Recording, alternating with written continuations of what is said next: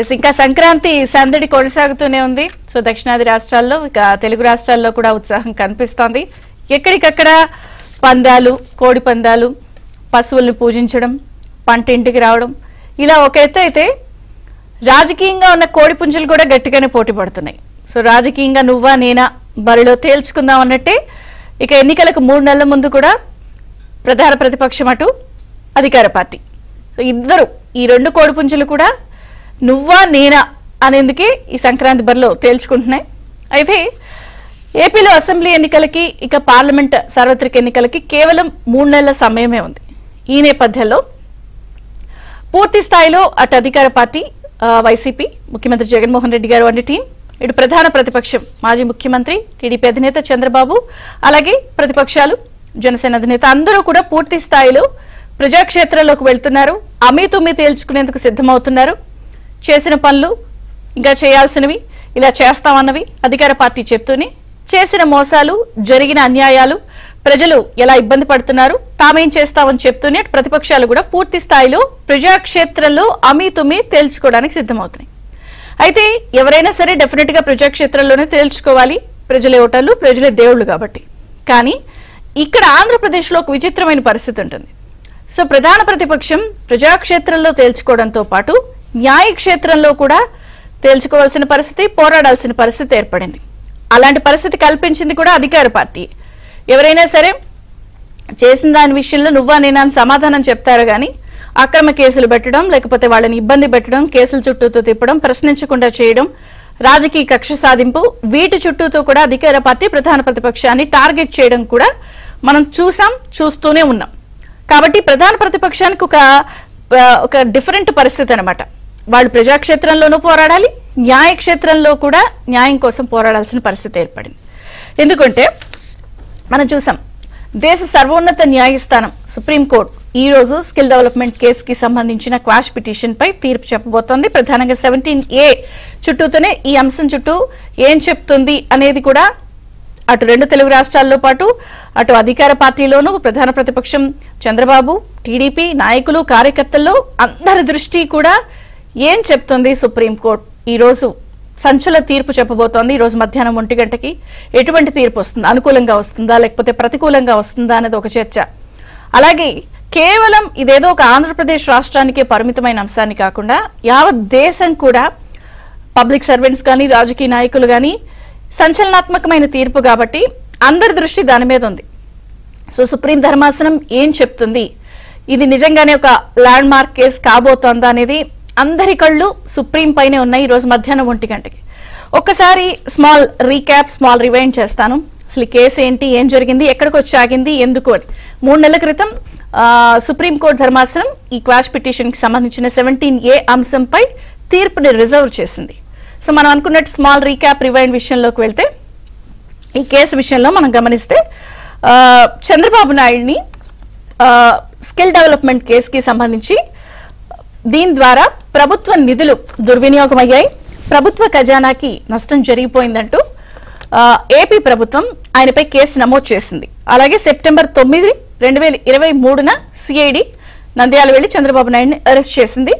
దాదాపుగా చంద్రబాబు నాయుడు 52 రోజుల పాటు జ్యుడిషియల్ కస్టడీలో కొనసాగారు, సుదీర్ఘ న్యాయ పోరాటం చేశారు. కేవలం స్కిల్ డెవలప్మెంట్ కార్పొరేషనే కాకుండా ఆ తర్వాత ఆయనపై వరుస కేసులు కూడా పెట్టారు. Inner ring road, fibre net, ఇసుక, మద్యం, ఇలా అనేక కేసులు కేసు తర్వాత కేసు పెట్టారు. అనేక కేసులు ఫైల్ చేశారు. అయితే ఈ స్కిల్ డెవలప్మెంట్ కేసుకి సంబంధించి ప్రధానంగా కూడా అనేక వాదనలు అటు ప్రతిపక్షం కానీ ఏపీ ప్రభుత్వం కానీ చెప్తూ వచ్చింది సుదీర్ఘంగా. ఏపీ ప్రభుత్వం అయితే రోజుకో మాట, గంటకో మాట, పూటకో మాట చెప్తూ వచ్చింది. ప్రధానంగా ఈ ప్రభుత్వ ఖజానా నుంచి 3,000 కోట్ల రూపాయల స్కామ్ ఇది పెద్దగా దుర్వినియోగం అయిపోయిందని మొదటి 3,000 కోట్లు అన్నారు. ఆ తర్వాత 371 కోట్లు అన్నారు. ఆ తర్వాత దాన్ని 27 కోట్ల జీఎస్టీ ఎగ్గొట్టారని చెప్పారు. ఆఖరికి 8 కోట్ల దగ్గర వచ్చి ఆగింది. ఇలా రకరకాల వాదనలు, ప్రభుత్వ ఖజానా నుంచి నిధులు దుర్వినియోగం అయిపోయాయి అని చెప్తారు. అటు ప్రతిపక్షం కూడా ఎవరైతే ఆనాటి ప్రభుత్వాల్లో ఉన్నప్పుడు టీడీపీ హయాంలో చంద్రబాబు నాయుడు గారు కూడా అసలు ఈ స్కిల్ డెవలప్మెంట్ కి సంబంధించి ఇది స్కామే కాదు, అసలు ఏమీ జరగలేదు, ఇది పూర్తి స్థాయిలో టీడీపీ విజయావకాశాలని ఎన్నికల్లో దెబ్బతీసే ప్రయత్నంగానే చేశారు, అసలు కళ్ల ముందే అన్ని కనిపిస్తున్నాయి. దాదాపుగా ఈ స్కిల్ డెవలప్మెంట్ కి సంబంధించి 6 ఎక్సలెన్స్ కేంద్రాలు, 32 స్కిల్ డెవలప్మెంట్ కేంద్రాల సెంటర్ల ద్వారా 3 లక్షల మందికి శిక్షణ, నైపుణ్యాభివృద్ధి శిక్షణ ఇచ్చాము. అందులో 1,00,000 మందికి ఉద్యోగాలు వచ్చాయి. కళ్ల ముందు 10 కోట్ల రూపాయల ఎక్విప్మెంట్ కనిపిస్తూనే ఉంది. సో ఇందులో స్కామ్ ఎక్కడ జరిగింది, ఇదంతా పూర్తి స్థాయిలో కక్షపూరితమైనటువంటి అంశం. కావాలని కేసులు పెట్టి టీడీపీ విజయావకాశాలని దెబ్బతీసేందుకు, ఎన్నికల్లోకి వెళ్లనివ్వకుండా చేసే ప్రయత్నమే అంటూ కూడా టీడీపీ వాదించింది. సుదీర్ఘంగా వాళ్ళు అనేక అంశాలపై కోర్టులో పోరాడారు. ఆ తర్వాత సుప్రీం ధర్మాసనాన్ని ఆశ్రయించారు. అక్కడ కూడా చంద్రబాబు తరపున హరీష్ సాల్వే వాదించారు. ఏపీ ప్రభుత్వం తరపున ముకుల్ రోహత్గి వాదించారు. నువ్వా నేనా అన్నట్టు సుదీర్ఘ వాదనలు జరిగాయి. ఆ అంశం, ఈ అంశం, రకరకాల అంశాన్ని ప్రధానంగా 17A చుట్టూతోనే దీని అంతా ఆగింది. ఏమని 17A అనేది జూలై 26, 2018 అమల్లోకి వచ్చిన అమెండ్మెంట్.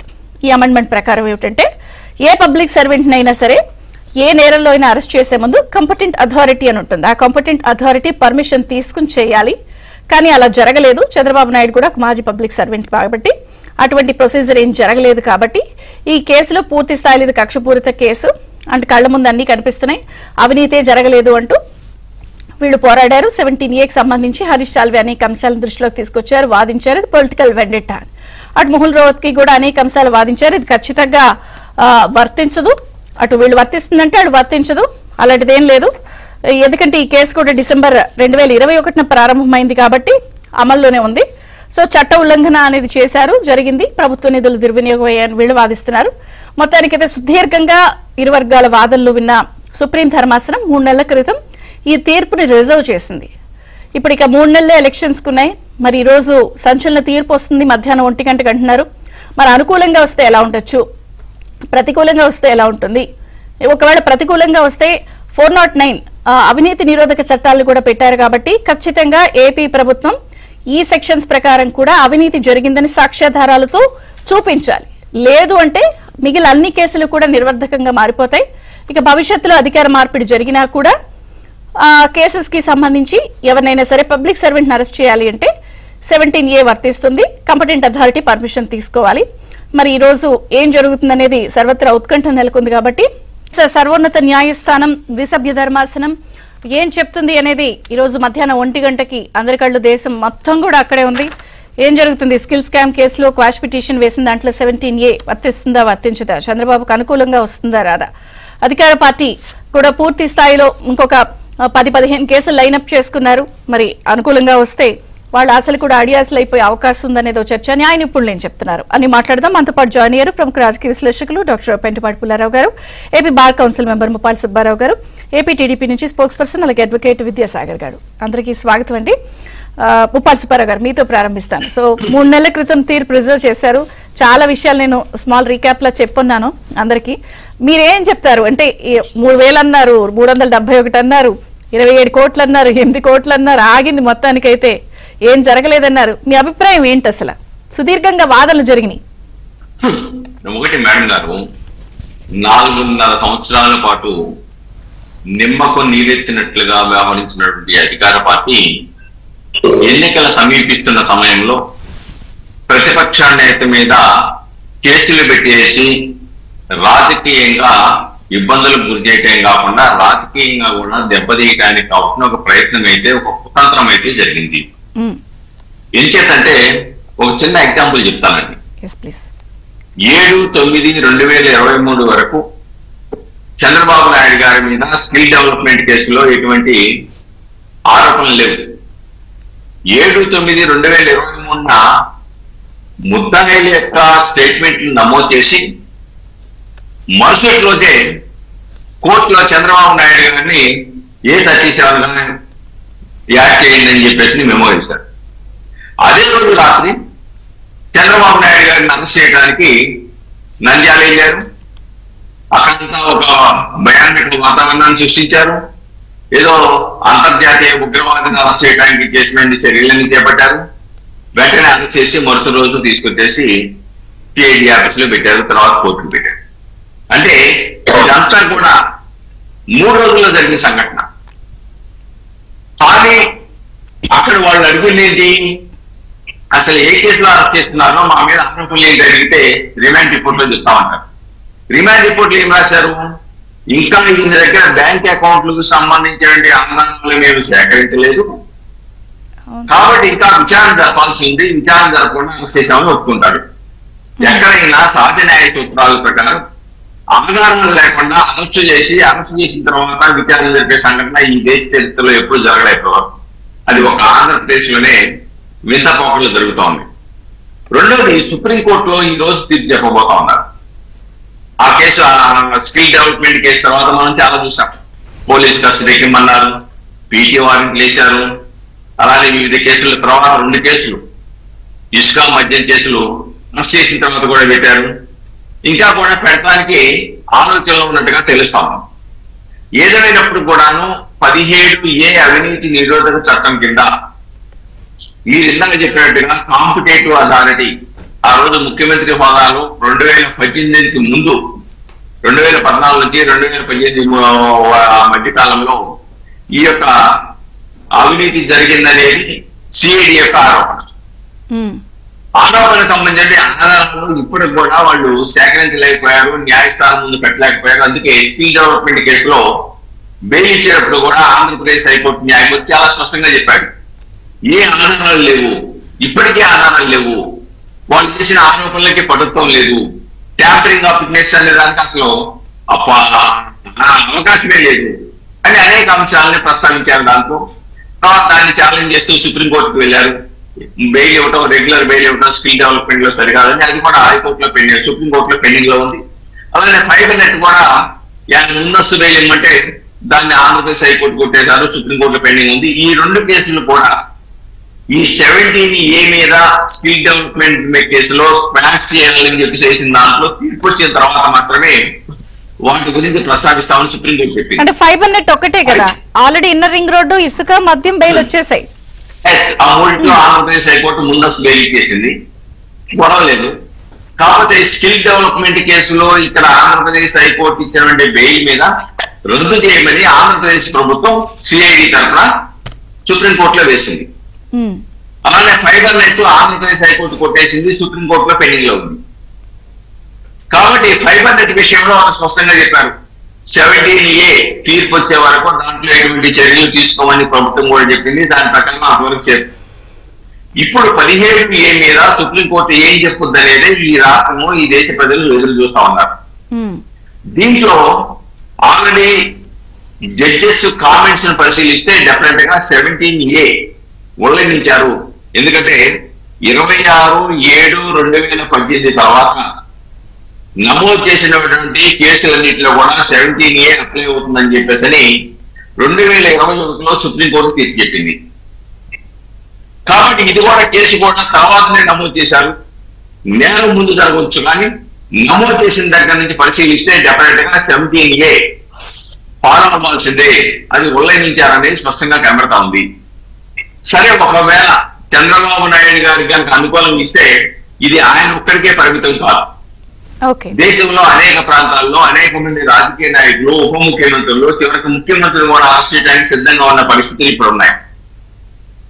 కాబట్టి వాళ్ళకు కూడా 17A ఫాలో అవ్వాలంటే వాళ్ళందరికి కూడా ఉపశమనం కలిగే పరిస్థితి. సరే, ఒకవేళ నెగిటివ్ గా వచ్చిందనుకోండి, చంద్రబాబు నాయుడికి జరిగే నష్టం ఏమి లేదు. ఇంకేదంటే దాదాపుగా అన్ని కేసుల్లో కూడా ఆయన చట్టబద్ధమైన రిలీఫ్ పొందున్నాడు. కాబట్టి నష్టం లేదు. ఒకవేళ కనుక చంద్రబాబు నాయుడు గారికి వ్యతిరేకంగా వస్తే రాబోయే ఎన్నికల అనంతరం పార్టీ కనుక అధికారం కోల్పోతే, ఇప్పుడున్న అధికార పార్టీ, ఈయన కూడా అటువంటి సమస్యలు ఎదుర్కోవాల్సిన పరిస్థితి ఉత్పన్నం అవుతుంది. కాబట్టి ఇది అధికార పార్టీకి కూడా ఇంపార్టెంటే. అధికార పార్టీకి కూడా సమస్య ఉత్పన్నమయ్యే ప్రమాదం రాకపోలేదు. కాబట్టి ఇక్కడ చాలా స్పష్టమండి. ఈ రోజు ఇంకో ప్రాబ్లం కూడా ఒక ప్రచారం జరుగుతోంది. ఈ రోజు సుప్రీంకోర్టులో చెప్పేటువంటి 2 జడ్జీల యొక్క ధర్మాసనం చెప్పేటువంటి తీర్పు కాన్ఫ్లిక్ట్ రావచ్చేమోనని. అంటే ద్విసభ్య ధర్మాసనం కాబట్టి ఒకళ్ళొకలాగా కాన్ఫ్లిక్ట్ అవ్వచ్చు, ఒకలాగా చెప్పే అవకాశం కూడా ఉంది అనేవంటి ఒక ప్రచారం జరుగుతుంది. అదే కనుక జరిగితే 2 కలిసి తీర్పు చెప్తే వెళ్ళనుకోరు. దీంట్లో కాన్ఫ్లిక్ట్ కనుక వస్తే 2కి నెక్స్ట్ లార్జర్ బెంచ్ కి డిఫర్ అయ్యే అవకాశాలు కూడా ఇప్పుడు వస్తున్న సమాచారాన్ని బట్టి మనకు అర్థమవుతోంది.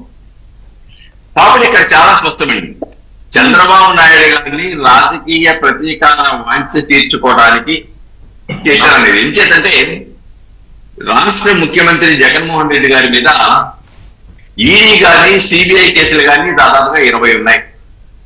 నాకు 2012లోనే 2012-13లోనే ఛార్జ్ షీట్ వేసారు. అంటే కన్ఫర్మ్ విచారణలో కూడా నిర్ధారణ అయ్యి ఛార్జ్ షీట్ వేశారు.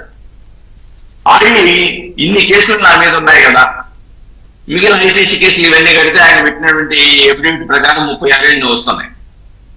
ఇన్ని కేసులు ఉన్నాయి కాబట్టి ప్రతిపక్ష పార్టీ నేత మీద కూడా ఈ విధంగా బురద చల్లాలి. ఒకటేంటంటే ఇప్పటికి కూడా 5 కేసులు పెట్టారు. 5 కేసుల్లో ఎక్కడక్కడ ఫస్ట్ ఎస్ఐటి భూములను పెట్టారు, తర్వాత ఇన్నర్ రింగ్ రోడ్డు అన్నారు. అలాగా ఈ కేసులన్నీ కూడా ఒకదాని తర్వాత ఒకటి పెట్టేసి గందరగోళం పెట్టేసి చంద్రబాబు నాయుడు గారిని ఏ విధంగా జైల్లో పెట్టేసి ఒక పాయింట్ చెప్పండి సార్. ఇప్పుడు అనుకూలంగా వస్తే ప్రాబ్లం ఏం లేదు, మిగిలిన కేసులు నిర్వర్ధకంగా అయిపోతాయి అని. వ్యతిరేకంగా వస్తే ఇప్పుడు జనరల్ గా 409 అని అవినీతి నిరోధక చట్టానికి సంబంధించిన సెక్షన్ కూడా పెట్టారు కాబట్టి ఆధారాలు చూపించాలి కదా, అవన్నీ కూడా ఇప్పటి వరకు చూపించలేదనేది కూడా కదా. అవును, అదే అక్కడికి వస్తున్నాను మేడం. ఆల్రెడీ 17A మీద అనుకూలంగా వచ్చేసి ఐపీసీ సెక్షన్స్ ఉన్నాయి. దాంట్లో 409 ప్రధానమైన సెక్షన్. ఎందుకంటే బెయిల్ రాకపోవడానికి పెట్టినటువంటి దురుద్దేశపూర్వకంగా పెట్టినటువంటి సెక్షన్ 409. ఎందుకంటే దానికి 10 సంవత్సరాల వరకు తెలిసి వస్తుంది. దానికి సంబంధించి క్రిమినల్ బ్రీచ్ ఆఫ్ ట్రస్ట్, అక్రమంగా లబ్ధి పొందాడు అనే విషయంలో తన బ్యాంక్ అకౌంట్లు కానీ, తన బినామీ బ్యాంక్ అకౌంట్లు కానీ, లేదా ఒక్క పైసా చంద్రబాబు నాయుడు గారికి అవినీతిలో భాగస్వామ్యం ఉందని చెప్పేసి నిరూపించడంలో సిఐడి ఇప్పటికీ పూర్తిగా విఫలమైంది, పూర్తిగా నిరూపించలేకపోయింది. ఆధారాలు లేవని చేతులు ఎత్తేసే పరిస్థితి. కాబట్టి 409 నిరూపించాలంటే తప్పనిసరిగా ఆయనకి ఏమి లబ్ధి చేకూరింది, ఏమి వైలేషన్ చేశారు, ఏమి అవినీతికి పాల్పడ్డారు, దానికి సంబంధించినటువంటి కన్స్ట్రక్టివ్ ఎవిడెన్స్, డాక్యుమెంటరీ ఎవిడెన్స్ కంపల్సరిగా ప్రొడ్యూస్ చేయాలి. ఇప్పటికీ సిఐడి, ఎందుకంటే మన స్కిల్ డెవలప్మెంట్ కేసులో కూడా న్యాయమూర్తి చాలా స్పష్టంగా చెప్పారు, చిల్లిగా వాళ్ళ ఆధారం లేదని చెప్పేసి. అంటే ఆధారాలు లేని పరిస్థితుల్లో వాళ్ళు గందరగోళ పరిస్థితిలో ఉన్నారు. ఎందుకంటే ఆత్మహత్యా దృశ్యం ప్రభుత్వాన్ని ఎప్పుడైతే చంద్రబాబు నాయుడు గారిని అరెస్ట్ చేశారో, అరెస్ట్ చేసిన తర్వాత అనుకున్నది ఒకటి, జరిగింది ఒకటి. ఏదో రాజకీయ లబ్ధి వచ్చు అనుకుంటే మొత్తానికి మునిగిపోయారు. ఆత్మహత్యా సదృశ్యం అయిపోయింది.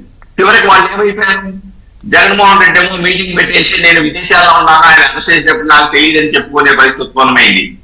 సజ్జల రామకృష్ణారెడ్డి లాంటి వాళ్ళేమో లేదు లేదు సార్ మేము చెప్పింది మేము అరెస్టులు కరెక్టే, మేము పెట్టిన కేసులు నిజమే, ప్రజల మీరు నమ్మండి ప్రజలను వేడుకోవాల్సిన దుస్థితి అధికార పతికి పట్టింది. కాబట్టి ఇప్పుడు వాళ్ళకి అర్థమైంది, అనవసరంగా అరెస్ట్ చేసి తమ గొయ్యి తామే తోముకున్నామనే విషయం అర్థమైంది. దాని నుంచి కుర్తిలో పడ్డ ఎన్నికలాగా గిలగిల కొట్టుకునే పరిస్థితి అధికార పార్టీకి ఏర్పడింది. ఏదేమైనప్పుడు కూడా సుప్రీంకోర్టు ఈ రోజు ఇచ్చేటువంటి తీర్పు 1 గంటకి డెఫినెట్ గా ఒక సంచలనం కలుగుతుంది. ల్యాండ్ మార్క్, బెంచ్ మార్క్ ఏదైతే దానికి వచ్చామో ఇక డెఫినెట్ గా ఇది దేశంలో ఉన్నటువంటి ఒక ఆంధ్రప్రదేశ్ కే కాదు, దేశంలో ఉన్నటువంటి అధికారంలో ఉండి అధికారం కోల్పోయిన వాళ్ళు కానీ, అధికారంలో ఉన్నవాళ్ళు కానీ, ఏదైతే అవినీతి యొక్క ఆరోపణలు ఎదుర్కొంటున్నారు, ఇలాంటి విచారణ సంస్థలను తమ చెప్పు చేతుల్లో పెట్టుకుని ప్రతీకార వాంఛ తీర్చుకోవాలని అధికార పార్టీలు ఏవైతే వ్యవహరిస్తా ఉన్నాయో వాటన్నిటి కూడా ఒక ఎదురు దెబ్బగా దీన్ని మనం చూడుతున్నాం. టీడీపీతో కూడా మాట్లాడి నేను మళ్ళీ మీ దగ్గరికి వస్తాను. విద్యాసాగర్ గారు నమస్తే అండి, బ్రేక్ఫాస్ట్ న్యూస్ కి స్వాగతం. సో మీరు చంద్రబాబు, మీ అధినేత చంద్రబాబు గారికే కాదు, సుదీర్ఘంగా ఈ 4.5 ఏళ్ల పైచిలుకు కాలంలో మీ పార్టీ నాయకులకు సంబంధించిన అనేక కేసులు ఫైట్ చేస్తూనే ఉన్నారు. ధూళిపాల నరేంద్ర గారు కానీ, లేకపోతే అచ్చెన్నాయుడు గారు ఈఎస్ఐ స్కామ్ అని చెప్పి ఆయన కేసులు, దేవినేని ఉమా, మొత్తం సోషల్ మీడియా వాళ్ళ మీద కూడా 3rd డిగ్రీ కూడా మినహాయింపుగా లేకుండా ఆఖరికి మీ అధినేత వరకు వచ్చి కేసు ఆగింది. ఈ రోజు మీకు ఊరట లభిస్తుందని అనుకుంటున్నారా? గుడ్ మార్నింగ్ అండి.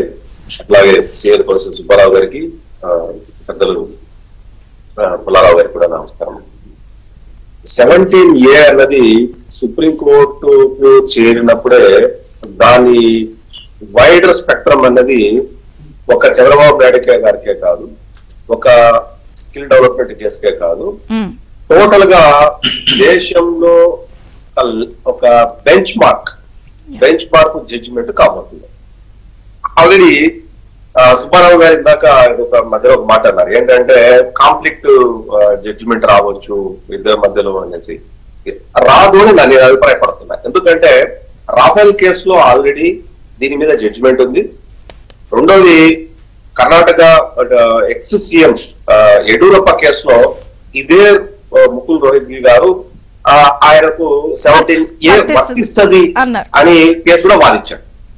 సో అక్కడ ఆ ల్యాండ్ మార్క్ జడ్జిమెంట్ కాకపోయినా రాఫెల్ కేసులో 17A అప్లికబుల్ అన్న దాని మీద ఖచ్చితంగా ఒక జడ్జిమెంట్ ఉంది ఆల్రెడీ. అదే సుప్రీంకోర్టు ఇచ్చేటువంటి జడ్జిమెంట్. దానికి కాంట్రడిక్షన్ గా వస్తుంది అని అనుకోవట్లేదు.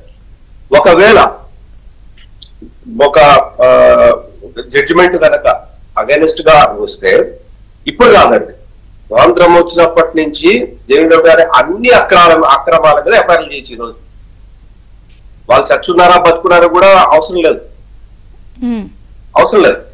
ఆ రోజు నుంచి జరిగిన అక్రమాల మీద దగ్గర నుంచి బోఫర్స్ కుంభకోణం దగ్గర నుంచి ఆ రోజులో ఉన్న అధికారులు, అంటే రాజీవ్ గాంధీ గారు చనిపోయి ఉండొచ్చు కానీ ఆ అధికారులు బతుకుండి ఇంట్లో రిటైర్డ్ అయితే కూర్చున్న వాళ్ళ మీద కూడా 17A అప్లికబుల్ కాదు అని కనుక వస్తే వాళ్ళు కూడా తీసుకొచ్చి జైల్లో పెట్టచ్చు. స్వాతంత్ర పోరాటంలో ఫ్రీడమ్ వచ్చిన తర్వాత 1948 లోనే మొట్టమొదటి స్కామ్ జీపులు కొనుగోలు, మిలిటరీ జీపులు కొనుగోలు మొట్టమొదటి స్కామ్ తమిళియన్ హోమ్ మినిస్టర్ గా ఉన్నప్పుడు. అప్పటి నుంచి చూసుకుంటూ వచ్చేయచ్చు. నేరం జరిగినప్పుడు లేకపోతే ఎఫ్ఐఆర్ అయినప్పటి నుంచి అనుకుంటే, నేరం జరిగినప్పటి నుంచి అనుకుంటే ఖచ్చితంగా దేశంలో ఉన్నటువంటి అందరి మీద ఒక 70 సంవత్సరాల వెనకకి వెళ్ళి కేసులు పెట్టేసుకొని రావడమే. సో అటువంటిది జరగదు అని నేను చాలా బలంగా నమ్ముతున్నాను. ఎఫ్ఐఆర్ అయినప్పటి నుంచి మాత్రమే అది ఎప్పుడైనా జరగనివ్వండి. FIR date of FIR register దగ్గర నుంచి ఇన్వెస్టిగేషన్ స్టార్ట్ అవ్వాలి ఒకటి. రెండోది, ఈ రాష్ట్ర ప్రభుత్వము మాట్లాడుతున్నట్టు ఇక్కడ ఇన్వెస్టిగేషన్ ఎప్పుడో స్టార్ట్ అయిపోయింది అన్నారు. ఇన్వెస్టిగేషన్ స్టార్ట్ ఎప్పుడో అవ్వలేదు. అది కూడా 17A only for police officers. Police officers investigation మొదలు పెట్టినప్పుడు మాత్రమే, పోలీస్ ఆఫీసర్ ఇన్వెస్టిగేషన్ చేస్తేనే 17A అప్లికబుల్ అవుతుందా కాదా దాని మీద క్లియర్ గా, వెరీ క్లియర్ గా, అంటే నో అదర్ ఆథరైజ్డ్ ఏమంటారు దాన్ని అథారిటీ, పోలీస్ కాకుండా వేరే ఏ అథారిటీ చేసినా అసలు 17A అనడాని మీద దాంట్లో చట్టం రూపొందించేటప్పుడు అసలు డిస్క్రిప్షనే లేదు. అసలు కేవలం పోలీస్ మాత్రమే ఉంది. పోలీస్ ఇన్వెస్టిగేషన్ ఎప్పుడు స్టార్ట్ అయింది, ఎఫ్ఐఆర్ ఎప్పుడు స్టార్ట్ అయింది అన్న దాని మీద మనకు తెలుసు. సో సుప్రీంకోర్టు 100% ఉన్న చట్టాన్ని మార్చమని చెప్పితే కానీ పార్లమెంట్ లో చర్చ జరిగి దాని మీద మళ్ళీ అమెండ్మెంట్ అయితే తప్ప ఇది అవ్వదు.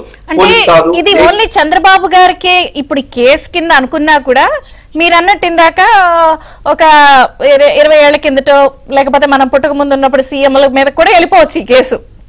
అలా పెట్టండి. డేట్ ఆఫ్ అఫెన్స్ తీసుకుంటే ఎంత దూరం ఫ్రీడమ్ ముందు కూడా వెళ్ళిపోయి అసలు అప్పుడు చేశారు అని చెప్పి వాళ్ళని మనం మీ మీద అప్పుడు జరిగింది నేరము, మేము ఇప్పుడు ఇన్వెస్టిగేషన్ చేస్తాం ఎఫ్ఐఆర్ చేసి అంటే where is the question of అది ఎక్కడ ఉంటది ఇంకండి. కానీ అదే ముఖ్యమంత్రి గారు ఒక కేసులో వర్తిస్తుందని వాదించారు, ఇప్పుడు ఈ కేసు వర్తించదని వాదిస్తున్నారు. అది కూడా ఇక్కడ బ్యూటీ. ఒకటండి, కోహినూరు వజ్రం దొంగలించుకోపోయారని చెప్పేసి బ్రిటిష్ మీద కేసు పెట్టచ్చు ఈ రోజు. ఎమ్మెల్సీ మార్క్ వేసుకో వెళ్ళిపోయారని చెప్పేసి ఈ రోజు ఎఫ్ఐఆర్ చేశాము. అప్పుడు అఫెన్స్ జరిగింది కాబట్టి ఏ షిప్ లో పోయిందో చూసి ఇప్పుడు ఎక్కడో చూసి ఎలిజబెత్ రాక మీద కూడా కేసు పెడతామని చెప్పొచ్చు. సో ఇక్కడ ఎఫ్ఐఆర్ డేట్ దానికి చట్టంలో కట్ ఆఫ్ అనేది ఒకటి ఉంటుందండి. చట్టం అంటేనే అది. చట్టం అంటే ఒక చట్టం, ఒక ఫ్రేమ్. ఆ ఫ్రేమ్ లైన్ లోనే వర్క్ చేయాలి తప్ప నువ్వు ఒక ఇమాజినరీ థింగ్ లో, నీకు ఒక ఊహాజనితమైనటువంటి ఆలోచనతోటి చట్టాన్ని నీకు అనుకూలంగా నువ్వు రూపొందించుకోలేవు. దానికి నువ్వు ఊహాజనితంగా నువ్వు దాన్ని ఇన్వెస్టిగేషన్ చేయలేవు. సాక్ష్యాలను బట్టి మాత్రమే చట్టం పనిచేస్తుంది తప్ప నీకు ఇష్టం వచ్చినట్టు చేయాలంటే కుదరదు. దానికి బెస్ట్ క్లాసిక్ ఎగ్జాంపుల్ ఏంటంటే టెలిమెడిసిన్ అనే దాని మీద ఒక లెటర్ ఇచ్చాడు కదా ESI లో అచ్చెన్నాయుడు గారిని చెప్పారు. అసలు టెలిమెడిసిన్ అంటే అసలు టెలిమెడిసిన్ అంటే ఏంద్రా బాబు అని చెప్పేసి మాట్లాడితే ఎవరికి తెలియదు. ఈ పరిమాణం బుద్ధి తక్కువ వెదవులకి. టెలిమెడిసిన్ అంటే ఎవరికైనా బాగలేకపోతే కాల్ చేస్తే ఆ వ్యక్తి యొక్క లక్షణాలు బట్టి ట్రీట్మెంట్ సజెషన్ చేసేది టెలిమెడిసిన్ కాదు. టెలిమెడిసిన్ అంటే మెడిసిన్ కుంభకోణాలు అయిపోయింది, టాబ్లెట్లు కుంభకోణాలు అయిపోయినాయి, ఎక్విప్మెంట్ కుంభకోణం అయిపోయింది అని చెప్పేసి పాప అచ్చెన్నాయుడు గారిని తీసుకొచ్చేసి ఎంత ఇబ్బంది పెట్టారన్నది రాష్ట్ర ప్రజలు మీడియా అంతా చూస్తారు. చివరకు అదే ఏసీబీ వాళ్ళు మా దగ్గర సాక్ష్యాలు లేవు, రూటింగ్ దొరకలేదు, మాకు ఎటువంటి ఆధారం దొరకలేదు కాబట్టి మేము ఏమీ చేయలేమని చేతులెత్తేస్తాం. అంటే అచ్చెన్నాయుడు గారు పడిన ఇబ్బందికి ఇప్పుడు ఎవరు బాధ్యత? కోర్టు తీసుకుంటారా, చట్టం తీసుకుంటారా, లేకపోతే అరెస్ట్ చేసిన పోలీసులు తీసుకుంటారా? పోలీసులకే వర్తిస్తుంది. ఎందుకంటే తప్పుడు కేసు పెట్టిన వాళ్ళకి తప్పుడు కేసు క్లోజ్ చేస్తే కోర్టు గారు కేసు కొట్టేస్తే తిరిగి ఎవరైతే నేరారోపణ నింద మోపబడినటువంటి వ్యక్తి అదే కేసులో పోలీసులు ఎనీ ఇన్వెస్టిగేషన్ ఆఫీసర్ మీద పెట్టచ్చు. కరెక్టేనండి విద్యాసాగర్ గారు. ఇప్పుడు అచ్చెన్నాయుడు గారి కేసులోనే ఆధారాలకు సంబంధించి ఇంత గొడవ లేదనేది మీరు అంటున్నారు. ఇప్పుడు ఇక్కడ కూడా స్కిల్ డెవలప్మెంట్ కి సంబంధించి స్కామ్ జరిగిపోయింది అని చెప్తున్నా, ట్రాన్సాక్షన్స్ చూపించట్లేదు. 409 ప్రకారం అవినీతి నిరోధక చట్టం పెట్టినా రేపొద్దున చూపించాలి ఒకటి. అయితే ఇక్కడ ఒక నిమిషం అధికార పార్టీ ఒక వాదన చేస్తాంది, ఇవన్నీ కూడా 17A అని చెప్పి మభ్య పెడుతున్నారు, తప్పించుకోవడానికి 17A చెప్పేసి క్వాష్ చేయించేసుకుందామని చెప్పి ప్రయత్నం చేస్తున్నారు, కానీ చాలా అవినీతి చేశారు అనేది చెప్తున్నారు. మీరు 17A చేసేస్తే అవినీతి జరగకుండా, మీరు ఎక్కడ అవినీతి జరగలేదని ఒప్పుకోవట్లేదు, 17A మీద ఉన్నారని అధికార పార్టీ వాదిస్తాం. ప్రెస్లో వాటిల్లో చేశారు, దీన్ని చెప్పి తప్పించుకోవాలనుకుంటున్నారు మీరు. ఒకటి చంద్రిక గారు, ఒకటి ఏంటంటే సాక్ష్యాలు లేవు, సాక్ష్యాలు సమర్పించలేకపోయారు, సాక్ష్యాలు ప్రొడ్యూస్ చేయడంలో ఇన్వెస్టిగేషన్స్ ఫెయిల్ అయిందని చెప్పి నేనుగా చెప్పింది హైకోర్టు జడ్జిమెంట్ లో రాశారు. మన సండేలో ఆయన పొన్నవారు సుధాకర్ రెడ్డి గారు ఉన్నారు కదా, ఆయన బయటకు వచ్చి చిట్టికిలేసి ఛాలెంజ్ చేసి కన్నీళ్లు పెట్టుకొని కమల్ హాసన్, ప్రకాష్ రాజ్ కంటే వాళ్ళ అమ్మ మొగుడు కంటే ఓవర్ యాక్షన్ చేసినటువంటి వ్యక్తి చివరికి ఏం చెప్పాడంటే, ఇవన్నీ కూడా రూట్ అయిపోయి హైదరాబాద్ లో క్యాష్ అయిపోయి చివరకు 27 కోట్ల రూపాయలు, 372 కోట్ల రూపాయల నుంచి 27 కోట్ల రూపాయలు బాండ్ల ద్వారా పార్టీకి చేరింది అని చెప్పారు. 370 కోట్లు ఎంతలో నువ్వు చెప్పావు కదా, 301 రూపాయలు కూడా అసలు there is no establishment at all anywhere in the state అని చెప్పినటువంటి వ్యక్తి. అంటే మీరు అకౌంట్లు ఇస్తే ప్రూవ్ చేస్తామన్నారు కదా, అది కూడా జరిగింది కదా 4 రోజులు. అది ఎలక్షన్ కమిషన్ అడగాల, who is he to ask? In court is what way related. కోర్టా ఇదే. వీళ్ళు ఏంటంటే వాళ్ళు కానటువంటి, వాళ్లకు పరిధి లేనటువంటి విషయాల్లో తలదూర్చి, అట్లాగే ఇంకొక కామెడీ విషయం ఏంటంటే, చెప్పండి, సిఐడి వాళ్ళు లోకేష్ గారికి నోటీస్ ఇచ్చినప్పుడు మీరు మీ హెరిటేజ్ అకౌంట్స్ తీసుకురండి, అరే who are you to ask?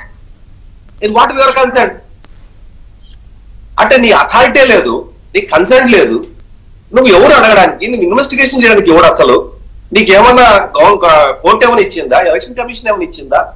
ఎవరు నువ్వు అడగడానికి? అంటే నీ పరిధి కానిటువంటి విషయాల మీద నువ్వు ఏలు పెట్టి కాల్చుకుంటే ఇట్లనే ఉంటది. సుధాకర్ రెడ్డి కాలు రగరేసి చంద్రబాబు నాయుడు 53 రోజులు 54 రోజులు జైల్లో పెట్టారని చెప్పేసి ఏదో ఏర్పడిన మనిషి రేపు పొద్దున అడిషనల్ అడ్వకేట్ జనరల్ ఎవరో ఉన్నారో ఆ వ్యక్తి ఫేస్ చేయబోయే కాన్సిక్వెన్సెస్ మామూలుగా ఉండవండి, చట్టపరంగా మామూలుగా ఉండవు. నేను అడ్వకేట్ ను కదా, నేను ఆ రోజు నాకు ఇష్టం వచ్చింది మాట్లాడచ్చు, వృత్తిలో భాగంగా అని చెప్పి తప్పించుకోవడానికి అవకాశం లేవు. అడ్డదిడ్డంగా వాదిస్తే, అడ్డగోలుగా వాదిస్తే బార్ కౌన్సిల్ ఉంది, నువ్వు అడిషనల్ అడ్వకేట్ జనరల్ కావచ్చు, అడ్వకేట్ జనరల్ కావచ్చు, ఎవరైనా కావచ్చు. నీ మీద ఎథికల్ దీని మీద కమిటీకి నీ మీద కంప్లైంట్ చేయొచ్చు. నువ్వు లేని కేసుని, లేని ఆరోపణలని, లేని నేరాన్ని నువ్వు ఎస్టాబ్లిష్ చేయడానికి, ఒక వ్యక్తి మీద నేరారోపణ చేయడానికి, నేరం నిరూపితం చేయడానికి కల్పితమైనటువంటి డాక్యుమెంట్ నువ్వు ఫ్యాబ్రికేటెడ్ డాక్యుమెంట్ తీసి ప్రొడ్యూస్ చేయడానికి, నువ్వు మాలిఫైడ్ ఇంటెన్షన్స్ తోటి నువ్వు ట్రై చేసావు అని చెప్పే దాని మీద నీ లా డిగ్రీని క్యాన్సిల్ చేసే అధికారం ఉంటుంది. ఇవన్నీ కూడా తర్వాత కాన్సిక్వెన్సెస్. వెయిట్, ఇవన్నీ తర్వాత కాన్సిక్వెన్సెస్. నేననేది ఏంటంటే ఈ 53 రోజుల పాటు మీ అధినేత అక్కడ ఉంటాం, ఇదంతా కూడా మెంటల్ ఎగాని ఒక రకంగా చెప్పాలంటే క్యాడర్ కి టీడీపీ వాళ్ళకి ఇదంతా కూడా ఒక పెయిన్ఫుల్ థింగ్. ఎక్కడ మొరాలిటీ దెబ్బతినలేదా? ఏమండి, చంద్రబాబు నాయుడు గారు జైలుకి పోయించిన తర్వాత స్వయంగా మా అధినేత చెప్పుకుంటున్నారు, ఇక్కడ అందరూ జైలుకి పోయించిన వాళ్ళు రోజులు మాత్రమే తేడా ఉంటాయి అని ఆయన ఒప్పుకుంటారు. మరి ఎక్కడ మొరాలిటీ దెబ్బతిన్నట్టు? లేదు, రాటు తేలుతారు. ఇంకా నువ్వు ఎంతైతే చెప్తారు కదా, ఇనుము నువ్వు ఎంత కొడతావో అదే. పుల్లారావు గారు ఉన్నారు. పుల్లారావు గారు నమస్తే అండి, బ్రేక్ఫాస్ట్ న్యూస్ కి స్వాగతం. నమస్కారం. సో ఒక తెలుగు రాష్ట్రాలు లేకపోతే ఒక టీడీపీయో వీళ్లే కాదు, యావత్ దేశం అంతా కూడా చూస్తుంది. 3 నెలల క్రితం అయితే తీరు ప్రిజర్వ్ చేశారు. ఈ రోజు మధ్యాహ్నం 1 గంటకి ఏం జరుగుతుంది అనేది ఒకటి. పొలిటికల్ వెండెట్టా అన్నారు కొంతమంది, లేకపోతే ఇదంతా కావాలనే చేస్తున్నారు విజయ అవకాశాలను దెబ్బతీయడానికనని. పూర్తి స్థాయిలో ఆధారాలు చూపించలేక ఫెయిల్ అయింది అనేది ఒక వర్షన్. 17A ఏంటి, ఒకసారి కనుక ఇది అనుకూలంగా వస్తే ఒకలాగా, రాకపోతే ఇంకోలాగా. సో ఓవరాల్ గా మీ అబ్జర్వేషన్స్ ఏంటి? ఒకటి, ఇందాక సుబ్బారావు గారు, విజయసాగర్ గారు అన్ని ఆస్పెక్ట్స్ పొలిటికల్ కూడా కవర్ చేశారు. నేను కొన్ని విషయాలు టైం లేక వాళ్ళు చెప్పుకున్నారు. ఒకటి ఏంటంటే మెయిన్ థింగ్, నవంబర్ 7వ తారీఖు 2023 ఈ బెంచే అనుకుంటా, దాదాపు 2-3 నెలల క్రితం అన్నారు 17A వర్తిస్తుంది. 17A false cases. నేను మాటలు కొద్దిగా సమరైజ్ చేసి చెప్తున్నా, చిన్నగా చెప్తున్నా. వాళ్ళు చెప్పిన గంట జడ్జిమెంట్ కాదు, ఆ అబ్జర్వేషన్ కాదు, వర్తిస్తుంది. ఎందుకంటే ఇది ప్రొటెక్ట్ చేయాలి. ఎవరి మీద, వాళ్ళ మీద పై ఆఫీసర్లు, పై అధికారులు ఉన్న వాళ్ళ మీద కేసు ఎవరైనా వెళ్ళి పెట్టేయచ్చు. ఒక సబ్ ఇన్స్పెక్టర్ వెళ్ళి మినిస్టర్ మీద పెట్టేయచ్చు, సబ్ ఇన్స్పెక్టర్ వెళ్ళి కలెక్టర్ మీద కూడా పెట్టేయచ్చు. అయ్యా మీ మీద కంప్లైంట్ వచ్చింది, మీరు డబ్బులు లేనిస్తాను, రిజిస్టర్ చేస్తారంటే ఇక కలెక్టర్ ఏం చేస్తాడు? ఏమి చేయలేదు. ఏది ట్రాన్స్ఫర్ చేసుకో, ఏదో చేసుకుని వాడి వెనకాల తిరగాలి రిజిస్టర్. సో అదొకటి. ఈ జడ్జిమెంట్ ఈ బెంచే అన్నది నవంబర్ 8, 2023. సో అది వ్యతిస్తాడు. రెండో పాయింట్ ఏమన్నారంటే, అప్పుడు హరీష్ సాల్వే 2 మాటలకి తేడా తీసుకొచ్చి, ఎంక్వైరీ, ఇన్క్వైరీ. ఎంక్వైరీ అంటే ఈతో స్టార్ట్ అవుతుంది, ఇన్క్వైరీ అంటే ఐతో స్టార్ట్. మళ్ళీ railway enquiry, telephone enquiry, inquiry చాలా తేడాలు ఉన్నాయి. ఎంక్వైరీ అంటే పైన వెళ్ళి కనుక్కుంటా, ఇలా పిటిషన్ వచ్చింది, ఇంట్లో నిజం అన్నదా, ఇది ఏంటి, అసలు ఈ ఫైల్ ఉన్నదా, ఈ ఫైల్ సంతకం పెట్టారా, ఇలాంటి కేసు ఉన్నదా, అది ఎంక్వైరీ. దానికి ఎవరు పర్మిషన్ అక్కర్లేదు, అంతా ఎంక్వైరీ చేసుకోవాలి. ఎప్పుడైతే ఇన్క్వైరీ అయిపోతారో, ఐతో స్టార్ట్ అయిన మాట, అప్పుడు పర్మిషన్ కావాలి. ఎంక్వైరీ అంటే సీరియస్ గా ఇంకా అయిపోయింది, ఇది మాకు నమ్మకం వచ్చింది, అప్పుడు కాంపిటెంట్ అథారిటీ నుంచి తీసుకోవాలంటే ఎవరు పర్మిషన్ ఇవ్వాలి, తప్పదు. 1969లో బ్లాక్ మెయిలింగ్ చేస్తున్నారు అప్పుడు ఆఫీసర్లని, సింగిల్ డైరెక్టివ్ తీసుకొచ్చారు. 69 జ్ఞాపకం పెట్టుకోండి, ఇందిరాగాంధీ హయాంలో. ఎందుకంటే అప్పుడు భారతదేశానికి దాదాపు 20 సంవత్సరాల స్వతంత్రం వచ్చి అన్ని సెట్ అవుతున్నాయి, జనం కూడా అర్థం చేసుకుంటున్నారు, ఆఫీసర్లు కూడా కొత్త జనరేషన్స్ వచ్చారు. 69లో సింగిల్ డైరెక్టివ్ పిలిస్తే అదే అన్నారు, జాయింట్ సెక్రటరీ పెద్ద అధికారుల మీద నువ్వు ఎంక్వైరీ స్టార్ట్ చేసే ముందర పర్మిషన్ తీసుకోవాలన్నారు, లేకపోతే ఇంకెవరు పని చేయాలి. 69 తర్వాత ఇది ఎప్పుడు కొట్టేశారు నా జ్ఞాపకంతో చెప్తున్నా, 1997 వినీత్ నారాయణ కేసు అని, పివి నరసింహారావు దిగిపోయాక diary case, Jain diary case అని అందరికి విన్నాం కదా. ఏదో డైరీలో ఆడికిచ్చిన డబ్బు అని రాసుకుంటే అదే ఆడు రాసుకున్నాడు, నీకు అందిందా లేదా అని లేకుండా అప్పుడు సుప్రీంకోర్టు ఈ సింగిల్ డైరెక్టివ్ అని కొట్టేశారు. అంటే ఇవాళ 17A ఏదైతేనో ఆ రోజు సింగిల్ డైరెక్టివ్ అనే అది కొడితే ఇప్పుడు గవర్నమెంట్ కి పని అవ్వదు కాబట్టి మళ్ళీ రెస్టోర్ చేశారు ఆ గవర్నమెంట్. 2013నో లేకపోతే 16 రెస్టోర్ చేస్తే మళ్ళీ 2000 ఆ టైంలో ఈ కేసు ఆ కేసు వచ్చి మళ్ళీ సుప్రీంకోర్టు కొట్టేస్తే 2018లో 17A పార్లమెంట్ ద్వారా prevention of corruption act PCA మళ్ళీ కలిపారు.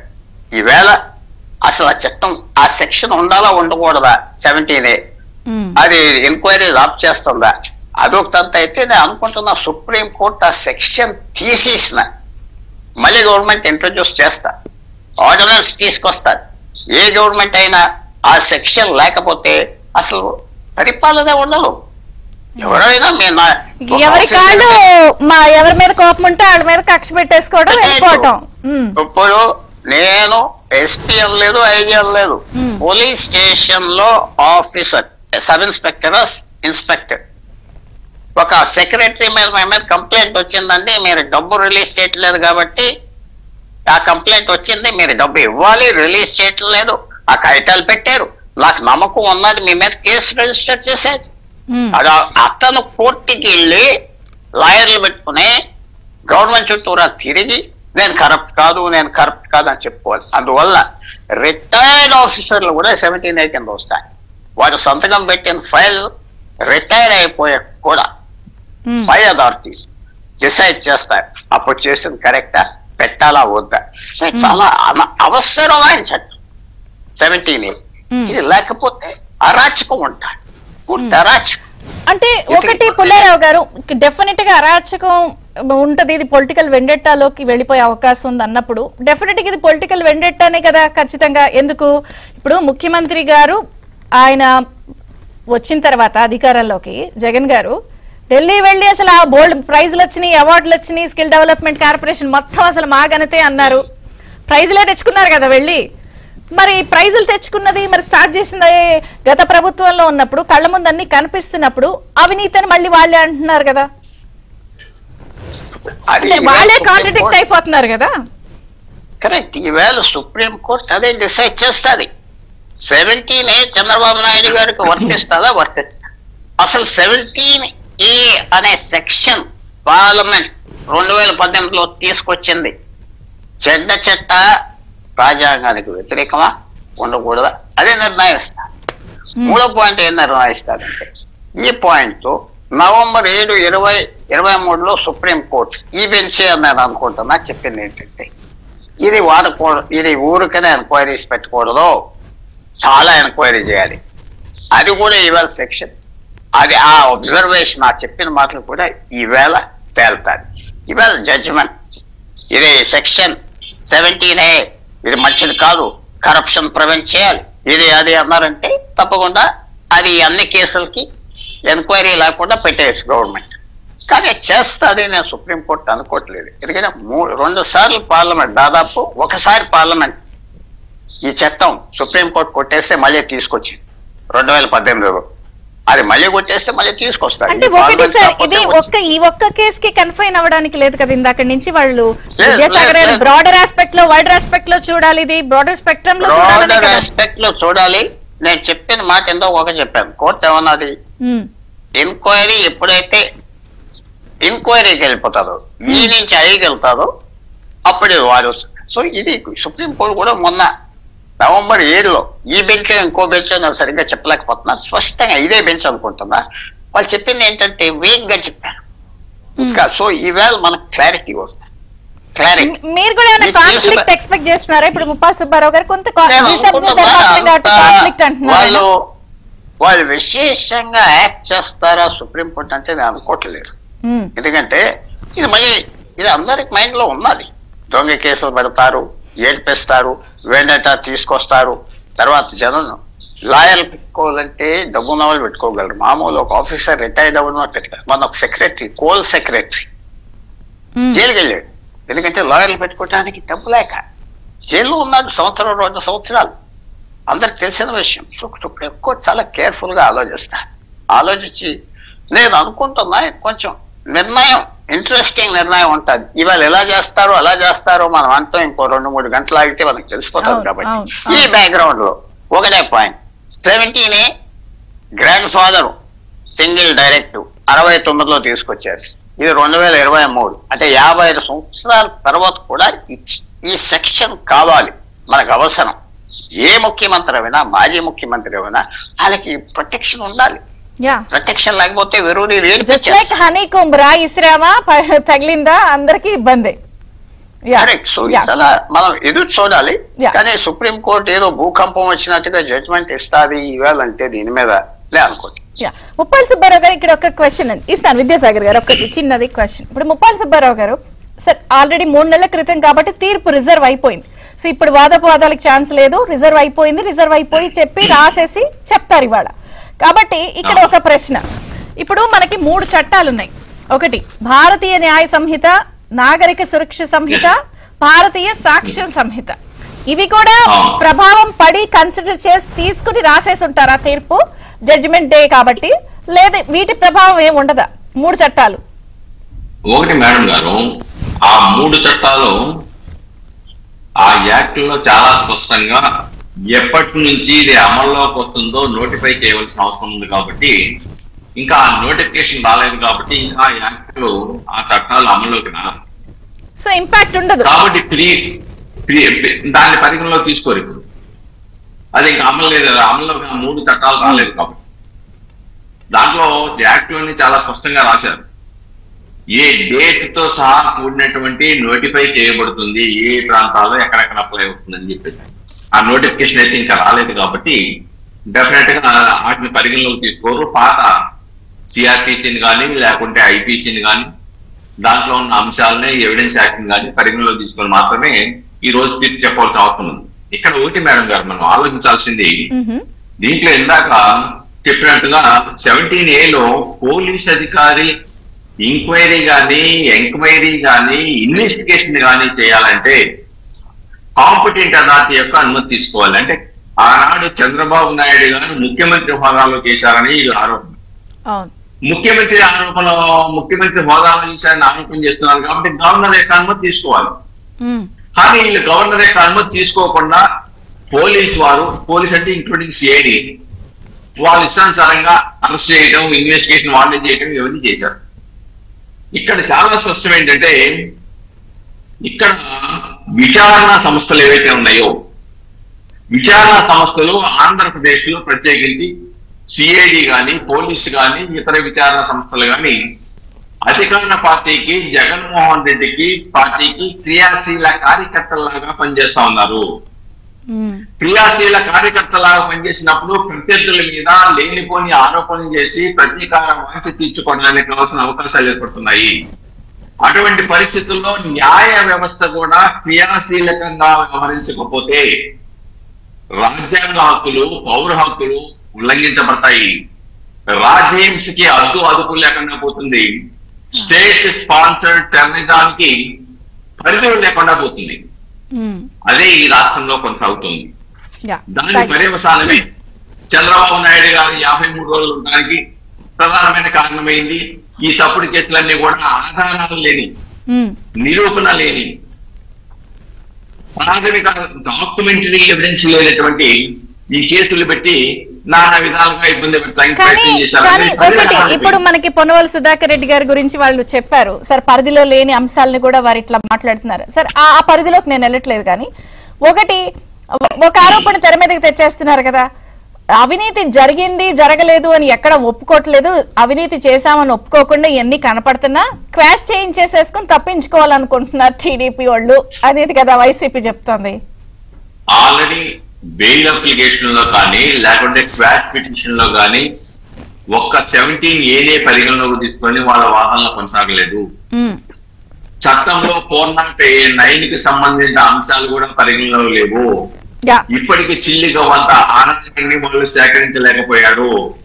అలానే పాలసీ డెసిషన్స్ అంటే విధానపరమైన నిర్ణయాల మీద క్రిమినల్ ప్రాసిక్యూషన్ చేసే అధికారం లేదు. విధానపరమైన నిర్ణయాల మీద కనుక క్రిమినల్ కేసులు పెడతాం మొదలెట్టే ఈ దేశంలో ఏ అధికారం చేపట్టిన నాయకుడు బయట ఉండవు, అందరూ లోపలే ఉంటారు. విధానపర నిర్ణయం వ్యక్తుల నిర్ణయం కాదు, అది కేబినెట్ అసెంబ్లీ తీసుకున్న నిర్ణయాలు.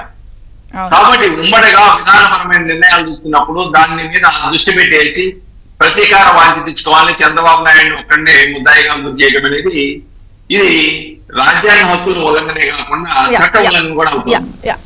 ఎక్కడైనా ఏ ముద్దాయినైనా క్రియ ఎప్పుడైతే విచారణ సంస్థలు అధికార పార్టీ చెప్పు చేతల్లో క్రియాశీల కార్యకర్తలుగా పనిచేస్తారో డెఫినెట్ గా ఇటువంటి తప్పుడు కేసులు పెట్టడానికి, తప్పుడు ఆరోపణలు చేయడానికి, అక్రమంగా వేదనలు గుర్తు చేయడానికి దోహదపడతా ఉంది. అందుకే నేను చెప్తా ఉన్నా, విచారణ సంస్థలు స్వతంత్రం లేనప్పుడు న్యాయ వ్యవస్థ చాలా జాగ్రత్తగా ఉండాలి. ఈ రాష్ట్రంలో ఆంధ్రప్రదేశ్ హైకోర్టు లేకపోతే ఈ రాష్ట్రంలో మానవ హక్కులు లేకుంటే పౌర హక్కులు వాళ్ళు పరిరక్షించబడే కాదు, ఈ మాత్రమైనా పరిరక్షించబడుతున్నాయంటే. ఇక మాజీ ముఖ్యమంత్రి పరిస్థితి ఇలా ఉంది అంటే ఇక సామాన్యుడికి దాకా రేపొద్దున రావడానికి ఎంతో టైం పట్టదు ఇలాంటి వాటిల్లో. విద్యాసాగర్ గారు సంస్థలే హైకోర్టుకి వెళ్ళిపోయి మేము ఈ ప్రభుత్వం మాకు సహకరించలేదు, మేము విచారణ జరపలేమని చెప్పేసి వివేకానంద రెడ్డి గారి మర్డర్ కేసులు చేతులు ఇచ్చేసిన సంఘటన మనం చూసాం కదా. సిబిఐ లాంటి సంస్థలకి అటువంటి గతి పడితే ఇంకా సామాన్యుడి పరిస్థితి. అవును, అది కూడా చర్చ. విద్యాసాగర్ గారు మీ కంక్లూడింగ్ ఇవ్వండి.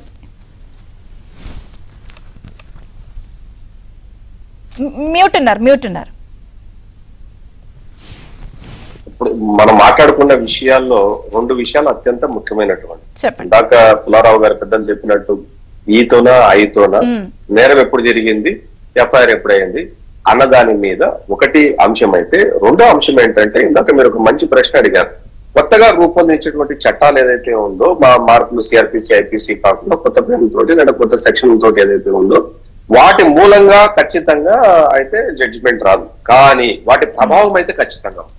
ఎందుకంటే ఏవైతే చట్ట రూపకల్పన జరిగిందో వాటి మీద ఖచ్చితంగా సుప్రీంకోర్టు జడ్జిలంతా కూడా ఒక పరిశీలన అంశంలో ఉంటాయి. వాళ్ళు పార్లమెంటు చట్టాలు చేసే పార్లమెంటు ఏ ఆస్పెక్ట్ లో వీటిని ప్రపోజల్ చేశారు, నోటిఫికేషన్ రాకముందు అన్న దాని మీద ఖచ్చితంగా వాళ్ళు ఒక దాని యొక్క రీడింగ్ చదివే ఉంటారు. ఆ మైండ్ సెట్ అన్న దాని మీద ఖచ్చితంగా ప్రభావం అన్నది చూపిస్తారు, ఎందుకంటే రీసెంట్ గా జరిగిన విషయం మీద. సో కానీ సిఆర్పిసి ఐపీసీ ప్రకారమే జడ్జిమెంట్ అయితే ఉంటది, దాన్ని పరిగణలోకి తీసుకోవాలి. అయితే కొత్తగా వచ్చిన చట్ట అంశాల ఆధారంగా అయితే ఖచ్చితంగా రాదు, కానీ ప్రభావం అయితే ఖచ్చితంగా ఉంటుంది. కేసు విషయానికి వస్తేనండి చంద్రిక గారు, ఎటువంటి పరిస్థితుల్లో కూడా 17A అప్లికబుల్ కాదు అని గనక సుప్రీంకోర్టు జడ్జిమెంట్ ఇస్తే పర్టికులర్ గా ఈ కేసులో అవదా, లేకపోతే 17A అన్న దాని మీద చట్టం ఉండాల్సిన అవసరం లేదు అనే దాని మీద గనక పరిగణలోకి తీసుకుంటే, ఇందాక మీరు ఒక ప్రశ్నలు ఎవరైతారు ఏంటంటే ఇదేమి వైసీపీ వాళ్ళు స్క్వాష్ పిటిషన్ కి వెళ్తున్నారు, నేరం జరిగిందా లేదన్న దాని మీద. ఇప్పుడు సజ్జల గారి ప్రెస్ మీట్ చూడండి, వాళ్ళు ఏమంటున్నారు, ఎంతసేపు ఈ కరప్షన్ చేసామన్నది ఒప్పుకోవట్లేదు, లేదా దాని చుట్టూ సమాధానం చెప్పకుండా ఎలా క్వాష్ చేయించేసుకుని తప్పించేసుకుందామా అన్నదే సజ్జల గారు ప్రెస్ మీట్ పెట్టి చెప్తున్నారు మీకు. ఇప్పుడు స్క్వాష్ పిటిషన్ అంటేనే నువ్వు 409 కానీ 17A కానీ రిమైనింగ్ సెక్షన్స్ కానీ, సుప్రీంకోర్టు కూడా వాదోపవాదాల్లో ఒక ప్రశ్న అడిగింది, ఏంటి 17A applicable for all the sections or for only single section అని చెప్పేసి అంటే ఇదే రోగుల్ గారు లేదు ఇది అన్ని సెక్షన్లకు వర్తిస్తుంది అని చెప్పేసి అన్నారు. అంటే పెట్టిన ప్రతి సెక్షన్ మీద సుప్రీంకోర్టులో వాదోపవాదాలు జరిగాయి, సాక్ష్యాలు ప్రొడ్యూస్ చేశారు. మోర్ ఓవర్ ఏంటంటే హైకోర్టులో ఇవ్వనటువంటి డాక్యుమెంట్స్ ఏవైతే ఉన్నాయో వాటిని హైడ్ చేసి సుప్రీంకోర్టు ఇవ్వడం మీద కూడా సుప్రీంకోర్టు వీళ్ళ మీద ఆగ్రహం వ్యక్తం చేసింది. ఆ రోజు లోయర్ కోర్టు ఎందుకు ఇవ్వలేదు మీరు, మరి మీకు ఎందుకు ఇస్తామని చెప్పి కన్సిడర్ చేయాలా వద్దన్న దాని మీద సుప్రీంకోర్టు ఒక క్వశ్చన్ అడిగింది, వాటి మీద చేతులు ఎత్తేశారు. ఇవి ఫ్యాబ్రికేటెడ్ డాక్యుమెంట్స్ అని మేము ఎందుకు బిలీవ్ చేద్దాం. కాబట్టి పుల్లారావు గారు మీ కంక్లూడింగ్ ఇవ్వండి. అంటే ఎంక్వైరీ గుడ్ పాయింట్, అందరూ దానికి కూడా ఏంటనేది చూస్తున్నారు. సో ఫైనల్ గా మీ కంక్లూడింగ్ రిమార్క్స్ ప్లీజ్. ఇది చాలా ఇంట్రెస్టింగ్ కేసు, ఎందుకంటే చంద్రబాబు నాయుడు గారు అంత వ్యక్తి కనుక పోరాడుతున్నారు. సామాన్యులు అయితే మనం ఏం చేస్తాం, మే తర్వాత జూన్ కూడా గవర్నమెంట్స్ ఉంటాయి కదా, గవర్నమెంట్స్ అయిపోవు కదా. సో ఇలాంటి సెక్షన్ ఉండటం అందరికి మంచిది. 17A మీకు మంచిది, నాకు మంచిది. లేకపోతే ఇష్టం వచ్చినట్టు ఇప్పుడు కూడా ఫాల్స్ కేసు అనగానే ప్రతి ఒక్క వ్యక్తి భయపడతారు కదా, దొంగ సాక్ష్యాలు తీసుకొచ్చి పెట్టేస్తారు, చేస్తారు. సో ఇది 17A పోలీసు ఆఫీసర్ ని కంట్రోల్ చేయటానికి ఉండాలి. లేకపోతే ఎవరు కంట్రోల్ చేస్తారు అని, మానవులే కదా. అది పెద్ద వ్యక్తి ఆంధ్రప్రదేశ్ నుంచి వచ్చిన సిబిఐ డైరెక్టర్ విజయరామారావు గారు, సిబిఐ డైరెక్టర్ ఉండి సింగిల్ పాయింట్ డైరెక్టర్ కావాలన్నారు. మమ్మల్ని కంట్రోల్ చేయాలి, మీరు మమ్మల్ని కంట్రోల్ చేయకపోతే ఎవరు కంట్రోల్ చేస్తారు పోలీసుని? ఆయన పెట్టించాడు, చేసేది. మనం ఇలాంటి వాళ్ళు స్ట్రైట్ పార్ట్ ఉన్న వాళ్ళు కాబట్టి అరాచకం కంట్రోల్ చేయాలి. ఎవరు తీసుకొచ్చినా ఎవరు ఇబ్బంది పడినా అరాచకం అనేది వచ్చేస్తారు ఈ దేశంలో. సో ఇది ఉండాలి. సుప్రీంకోర్టు 1 గంటకే 2-3 గంటల్లో చంద్రిక గారు ఒక మాట, చివరిగా ఒక మాట. ఇప్పుడు దానికి బెస్ట్ క్లాసిక్ ఎగ్జాంపుల్ ఏంటంటే వితౌట్ ఆథరైజేషన్ సంబడి కోర్టు గానీ ప్రభుత్వం గానీ కేంద్ర ప్రభుత్వం గానీ లేదా గవర్నర్ గానీ ఇంకోరు గానీ లేదా అసెంబ్లీ తీర్మానం చేస్తే తప్ప సిబిఐ కేసు టేకప్ చేయదు. అంటే వాలంటరీ గా సుబోటుగా వచ్చి సిబిఐ ఎక్కడ ఏ దేశంలో చేసిందా? This called control. అంటే ఎవరో ఒకరు ఆథరైజ్ చేయాలి, నువ్వు ఇది చెయ్యి అని చెప్పాలి.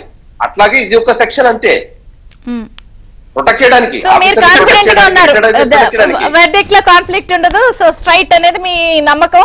So hope for the best. Yeah, thank you Vidyasagar గారు, ముప్పాళ్ళ సుబ్బారావు గారు థ్యాంక్ యూ సార్, పుల్లారావు గారు థ్యాంక్ యూ అండి.